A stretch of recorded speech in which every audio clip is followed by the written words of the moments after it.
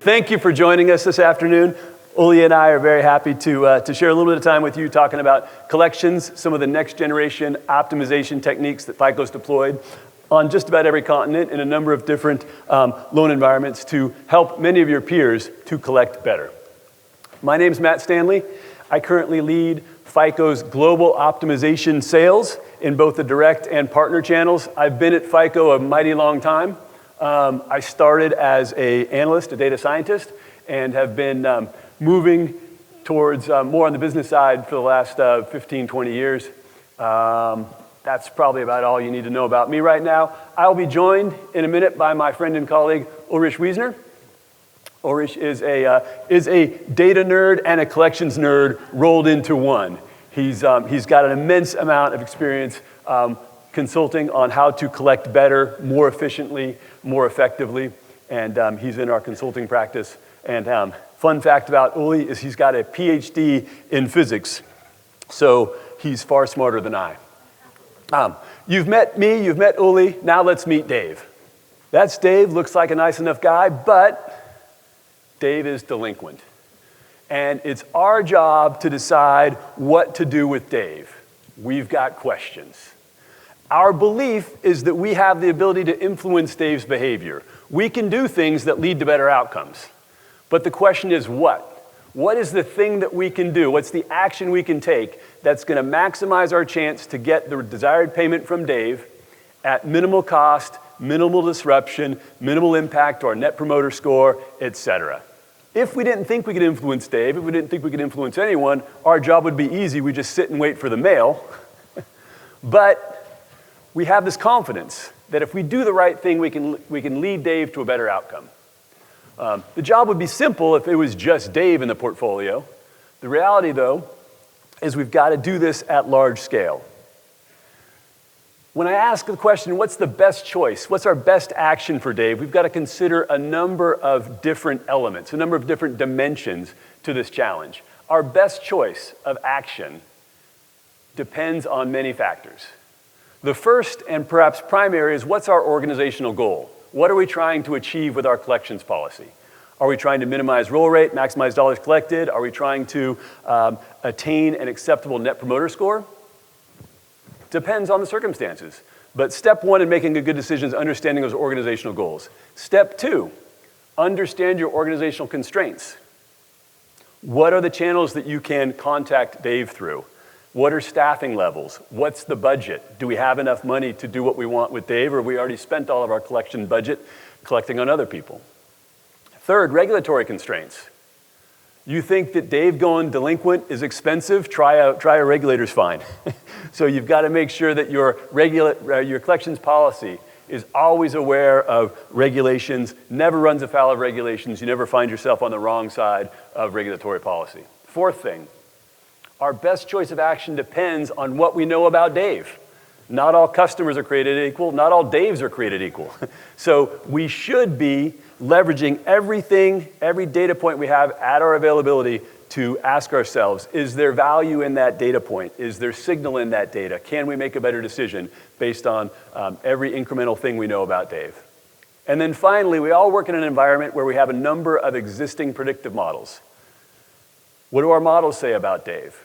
Most of us, I'm guessing in the room, have some sort of collections-related model. Might be a roll rate model, might be a self-cure model, but models shed a lot of insight. They distill data into good insights, and our collection policy, whatever we decide to do about Dave, should take that into account. And as I mentioned earlier, if we just had Dave, we could probably do a pretty good job sitting in our chairs today figuring out what's the best thing to do about him across these 5 dimensions. But life's complicated. We have a portfolio that's measured in the thousands, tens of thousands of delinquent customers. And so the right answer about how to collect has to account for all of the different people in collections. And while it might be ideal from an individual Matt perspective, Uli perspective, or Dave perspective to start calling right away, you may have constraints about the number of calls you can make in a given day, given hour, given what have you. So balancing across the entire portfolio is difficult. So Uli and I are here to argue that there is a better way than pencil and paper. There's a better way than champion and challenger. And that better way starts with a type of model that may be new to some of us. I mentioned that almost all of us are using some sort of model in our collection strategy today. Very often those models will take a list of data elements, stuff we know about Dave, and typically it's much longer than these 5 sample things I have here. And we're going to try to make a single prediction about what Dave's going to do. Maybe that prediction is Dave has a 45% chance to roll. Maybe it's Dave has a 2% chance to roll. Maybe it's got Dave has a 95% chance to roll. These models provide fantastic insights, but they don't directly or even indirectly tell us what to do. Now, if you have a model that says Dave has a 2% chance to roll, maybe you would conclude, hey, this is a guy that I can safely ignore for now, not spend any money, not risk upsetting, and expect to collect on. If he's 95% likely to roll, maybe it's obvious that you should be spending a lot of effort on him. But a predictive model gives you some insight, but it doesn't directly tell you what to do. That is the realm of optimization, and the building block to optimization is often referred to as a causal model. And what a causal model is going to do is it's going to take that same information that we know about Dave and acknowledge that we have the ability to influence Dave. And it's going to try to measure the extent that we can influence Dave through the actions that we choose. So, whereas a typical role model will say, our Dave here has a 45% chance to roll, a causal model that's the building block to optimization is going to make multiple predictions about Dave's behavior based on our choice set. So the model might say if we do nothing or delay treatment for Dave, his probability to pay might be 32%. The expected amount paid might be $1,000, and the cost to doing nothing for us would be 0. That's not our only choice, though. We might be able to send Dave an email on day 5, and the causal model's job would be to help us understand how much incremental probability to pay we get through that action. So do nothing was 32%. In this example, email on day 5, we expect the probability to pay to jump to 38%. So we have the ability through an email to increase Dave's probability to pay, according to the model, by 6%. We see that it also, the model predicts a substantially higher dollars paid and a cost of $2. In my very simple example here, 3 choices, call on day 7, leads to a probability of pay of 46%, dollars paid of $8,000, and a cost of $15. So the building block to optimization, the first step, is to build a model that helps us to understand and estimate how much influence we have over Dave, how much influence we have over Uli, over Matt, over everyone in the portfolio. And in this example, we can see that 32% probability to pay for do nothing. If we spend $2, we improve that probability to pay by 6 points, from 32 to 38%. If we're willing to spend $15, we go all the way from 32 to 46, an increase of 14%. So these models, while not easy to build, shed tremendous insight into how our customers are likely to behave and how much we can influence them. And doing the right thing then becomes a question of, if I have these expectations for how Dave, Matt, Uli, and everyone else in the portfolio will behave, what's the combination of things that I should do that best meets my organizational goals while abiding by regulatory and organizational constraints? What's that combination? And answering that question is the realm of optimization. And now I'd like to bring up my friend and colleague Uli to share a bit more about what optimization can do for you. Thanks. So looking at what optimization is, when we talk about optimization, we talk about optimization in mathematical meaning in terms of maximizing or minimizing a certain metric, right? So optimization is often used in a colloquial context of making something better. That is not what we mean here. We're looking for an optimal solution for a given problem, right? And an example for an optimization problem is stuffing as many parcels as you can into a van, right? And you might have the target to maximize the number of parcels or the value of the parcels. And if you have a large number of parcels to pick from, then you can choose which parcel do you start with and how do you orientate the parcel when you put it in. And there will be a single or a few solutions that are optimal, that maximize the number of parcels you can get in, right? And that's a mathematical problem. You might add constraints like maximum load, weight, or you might not want to go to the back of the van at the first stop to put out a parcel. And this will change the problem and the solution.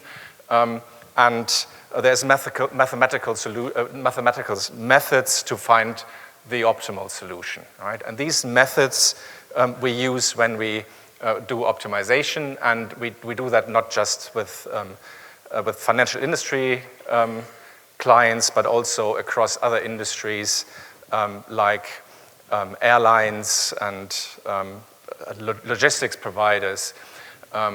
And so it's very different business problems that we solve, where we use the methodology to find an optimal solution. And I'm really looking at optimization as a method to develop and to design strategies. And before I go there, how we do this, I'd like to contrast the methodology against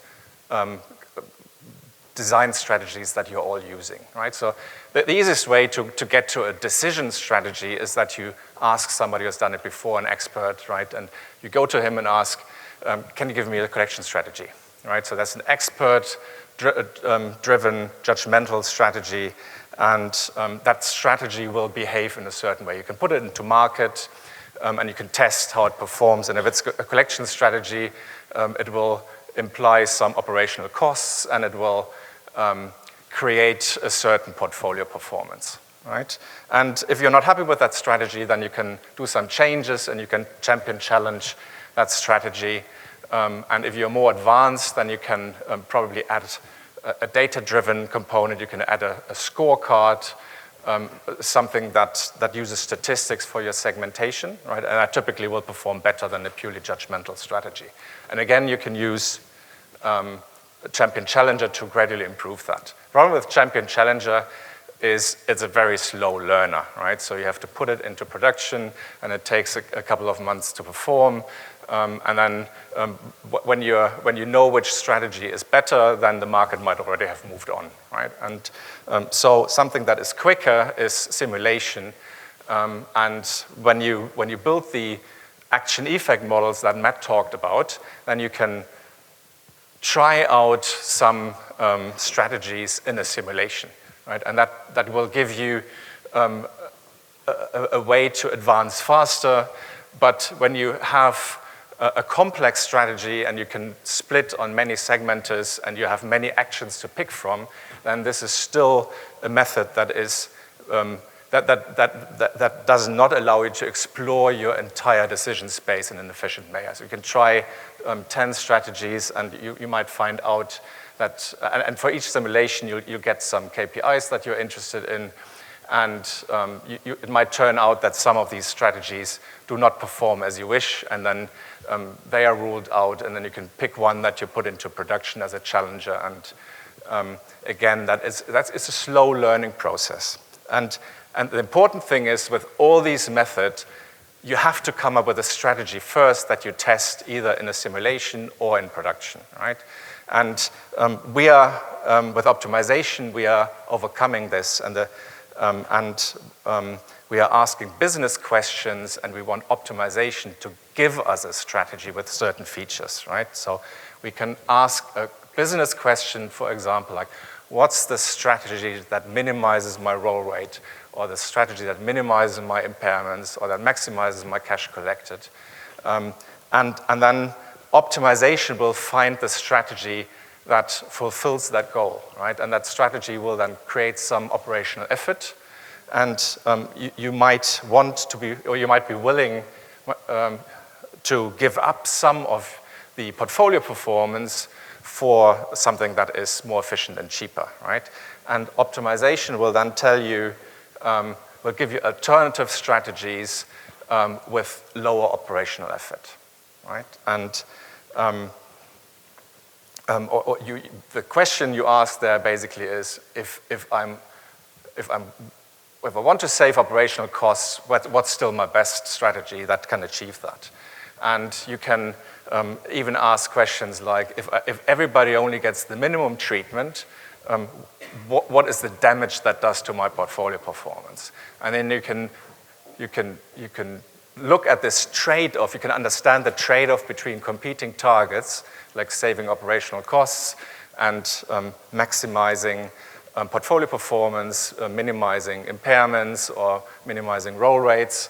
And you can understand in detail the trade-offs between these competing targets. And the important thing is the strategy is the output of that method, not the input, right?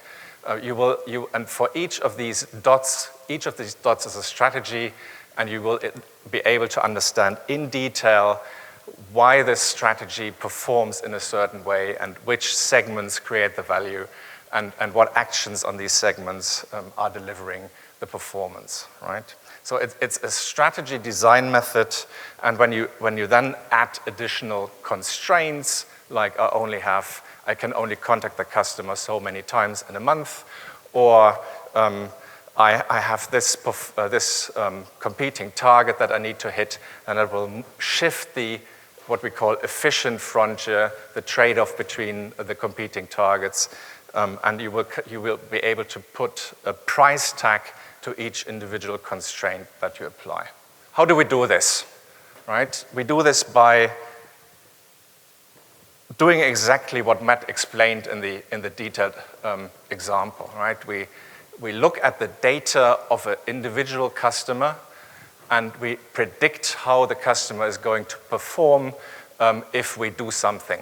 Right? If we treat the customer in a certain way, and then when we roll this up to portfolio level, then we are able to calculate certain metrics that we're interested in, like roll rate or end-of-month balances, or cash collected, or operational effort. And then we can combine that with facts or constants like unit costs, and we can combine it with constraints like policy constraints or alternative targets, eligibility rules, and then we leave it to optimization to find the strategy that performs or maximizes or minimizes the target that we are after, considering the constraints. And the output of this is a strategy, right? So when we do this, then typically it's an offline method, an analytical method where the output is a strategy, and the strategy is implemented in your operational stack the same way as you'd implement a judgmental strategy or a strategy that you have designed before with an alternative method. And now what does that mean for collections? Right? In collections, we have very different decision problems over the life cycle of the accounts. Like in early collections, we're dealing with large volumes, and the majority of the customers are going to pay. So the problem is more with what's the frequency I want to treat somebody with, what's the channel I want to treat somebody with, and how do I avoid spending too much time with customers who are paying with a nudge or who are going to pay anyway. When I move to late collections, then I get a condensate of customers who have financial difficulties, and the propensity to pay comes down, and because it's more about affordability and can I find a solution that prevents the customer from rolling to charge off. So can I restructure the customer? Is that going to be sustainable? What do I want to offer? And if all that doesn't help, and I'm going to recovery and I'm now going for the full balance, and I'm dealing with very low payer conversion rates, and the question is probably more like, what do I keep in-house, what do I sell, and what do I place, and if I place it, with which agency do I place it? So different decision problems for us are different optimization problems. And I'm going to look a little bit into how we approach this with optimization. And I start with early collections. And in early collections, you probably all have collection strategies similar to this. You split your portfolio into arrears buckets, and then you separate out all the exceptions, like your deceased customers and insolvent customers and customers you're unable to contact. And then you're left with the bulk of the accounts that are treated in a risk-driven manner. And this amber stuff, the bulk of the accounts, that is what we would make subject to an optimized strategy, right? So we're looking for which characteristics do we want to segment on, and we would be looking for what actually are we doing with the segments, right? And we would probably apply something like this like time-based actions, journeys, where customers are treated more intensively or less intensively. And we would want to know from the optimization which of these journeys should be applied to which segment, right? And so in this picture that you saw before, then our actions now become these treatment paths, these time-based actions, and the predictions that we need to make to understand what does that do to our performance is what's the pay down behavior of my customer, so many days into the process, what's the propensity that the account is still there, and what's the related effort that this creates. And this allows me then to calculate things like my cure rates and my roll rates and my operational efforts, and I can then leave it to optimization to find an optimal strategy. And when we design these optimization projects, when we configure that in our software, then we do that with something that we call decision impact models, and where we basically do exactly this. We use the different relevant data that we're going to use for the predictions and that we might use for segmentation later, and our action is assign a treatment path to an account, and then we are going to predict what that does to propensity to roll and eventually the remaining population on a given day in the process and the effort on a given day in the process. And then that will tell us, that will allow us to calculate all the relevant KPIs we are interested, for example, the balance at the end of the month or the balance at the end of the cycle, cash collected, cure rate, expected loss, and so on, and the operational effort, right? And then we could constrain the operational effort and see with the capacity that I have, what can I actually achieve? And if I had 10% more capacity or 10% less capacity, what would that do to my portfolio performance? I then pick one of these targets, end of month balances, or my end of month impairments, or expected losses, or and other targets could be a constraint, like my capacity, and then I get a strategy as an output, right? So to summarize on early collections, what we need to do this is predictions, action effect models that tell me what's the pay down behavior given I treat the customer in a certain way, right? And what's the operational efforts to execute this treatment, right? And then this allows me to understand the trade-offs between the balance rolling, for example, against the operational effort, or the month end versus the cycle end performance. So if I want to understand if I beauty up my month end result by collecting on the new entries in the second half of the month, that will impact my roll rates, and what's the trade-off between these two targets. That's something that I can understand with this method, right? And the output from optimization is a strategy, right? It's a strategy tree with treatments assigned to the segments that I implement conventionally in my decision system the same way I would implement a strategy that I have drawn in a traditional way. So the integration effort for optimization is really minimal because it's an analytical method that does not interfere with your operational stack. And the benefits that you can expect from that is typically substantial reduction on efforts, specifically if you are on very intense treatments. but also substantial reduction in balances rolling. But it obviously depends on where on this trade-off you are, which market you are in. So if you're calling everybody on day one now, then you're already at a very intense strategy, and the benefits will probably more be on the operational effort side, in contrast to markets where you are more light touch and intervene later. This will help you to improve your performance and to reduce your balance roll rates by being more targeted.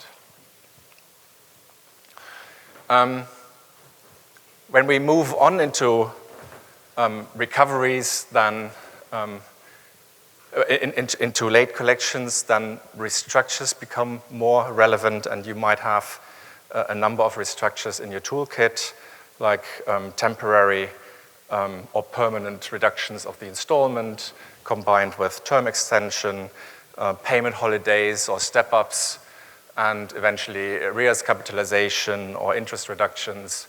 That's also depending on markets. But you do this, you give up some of your contractual rights to increase the propensity that the customer pay, right? You want to increase or maximize the net present value of your future payment stream of that customer. So by giving up on the payment, but by reducing the payment requirements, you're increasing the expected payment stream by increasing the propensity that the customer is paying, right? And again, when we do optimization in this space, we combine the inputs with our decision space, like what do I offer, what are the parameters of my offer, and then that allows us to simulate take up, redefault propensity, time to default, and that allows us at portfolio level to calculate metrics like net present value, your expected write-offs, your redefault rates, and consequently you can then maximize your NPV and constrain alternative targets like net credit losses and so on. So what we need for this is a model that tells us, is the customer actually taking up the restructure? What's the propensity that the customer is redefaulting? And then what's the time to redefault? And that allows us to model the payment stream and to calculate characteristics like NPV. And that what we learn from that is trade-offs between expected losses and net present value versus a redefault, for example. And the output, again, is a strategy tree that you can implement in your decision system. So, for example, if you have like smaller tickets that you can restructure without a lot of formalities, card products, for example, you could have an automated digital process that offers a certain restructure, a certain payment plan to the customer, and where you close on this changed payment plan in an automated way, right? And again, the benefits from this is typically a substantial reduction in credit losses, and also a much more targeted approach with restructures with substantially reduced redefault rates. And to wrap this up, in recoveries, where we look at decisions on whether we work accounts in-house or place it with an agency, or whether we sell something, we're looking at things like where we valuate customers, or where we evaluate accounts that are charged off based on the expected payment stream, and where we then segment the portfolio based on what I expect from, what cash I expect from a certain account. And then typically high-value accounts you might tend to keep in-house, and low-value accounts you might sell early so they don't further age and lose even more value. And the middle ground is probably then something many of you will outsource. And when you outsource, then you can ask yourself, how do the agencies perform in which of these segments, right? And then you can give more accounts in each segment to the best performing agency in each of these races. And the optimization in this space helps to automate this process and to periodically adjust allocation levels to your agencies, and also to balance what do you place and what do you work and what do you sell. And predictions that we typically require for this are what's the propensity to pay, what's the recovery given the customer is paying, the agency segment performance, and expected returns from sale, right? And that allows us then to understand the trade-off between fast cash from sale versus slow cash from recoveries, and external versus in-house recoveries, right? And the output, again, is a strategy tree that you implement the same way you implement a strategy that's developed from traditional methods. And benefits we see from this are substantially increased net recoveries, and also a support for more structured vendor management. So, to wrap this up, we have a number of case studies that Matt is going to talk you through, and then we open the floor for questions. All right, so over the last 30 minutes or so, Uli and I have argued that there's a better collections mousetrap. There's a better way to build collections-related strategy across the collections lifecycle, all the way from early stage to workouts to settlements to sales. And you may be sitting there thinking, okay, great, does it work? I'm here to answer that question with a couple of examples. I've got one example from North America, one example from Europe. As it happens, one of these customers worked with FICO in a almost a turnkey relationship, where they contracted with FICO to have FICO build all the models, run the optimizations, present several different alternatives with different forecasts for results to the client. The client selected the one that made the most sense for their business at that time, and FICO delivered a strategy. Another one of these clients said to FICO, hey, we've got a really talented team in-house. They've got some time. We need your software, but we're going to do all the work ourselves. So bear in mind that there's different ways to engage with FICO if you want this type of benefit for your portfolio. You can just license the software, get a bit of training, and off you go. Or you can hire us to fill in any gap that you may perceive, whether it's busy people or skills you don't have, what have you. We're happy to work with you in whatever way makes sense. So, without further ado, my first case study is from Cox Communications. For those that don't know, Cox is a North American-based, basically provider of digital cable TV, telecommunications, and home automation. They are the largest private broadband company in the US, and they've got over 6.5 million customers in 18 states. A healthy chunk of these customers are on auto pay regularly, and are no problem. There's also a fairly large cohort that are fairly common sloppy payers, and there's some that are almost always in some state of pretty significant delinquency. They were challenged by declining contact rates. Their customer expectations for how to be reached were changing, were evolving in ways that Cox was struggling to meet. They had a regulatory environment that was increasingly challenging in terms of difficulty ensuring that they never ran afoul of regulations. They were also told that in the environment they were operating in, there was an expectation for them to reduce collections-related expense. So these four things combined to be a pretty significant headwind, and they looked externally for help. FICO raised our hand, we said, we can do that, and we worked with them to transform their overall collections strategy with a combination of FICO customer communication services for digital outreach and FICO decision optimization for better strategy, better policy, to identify what's the right thing to do for each customer given what we know about them. The results were pretty staggering. We saw a significant increase in self-service payment arrangements. These were people that we were able to reach digitally, who once we reached them said, oh, yep, I gotcha, and paid.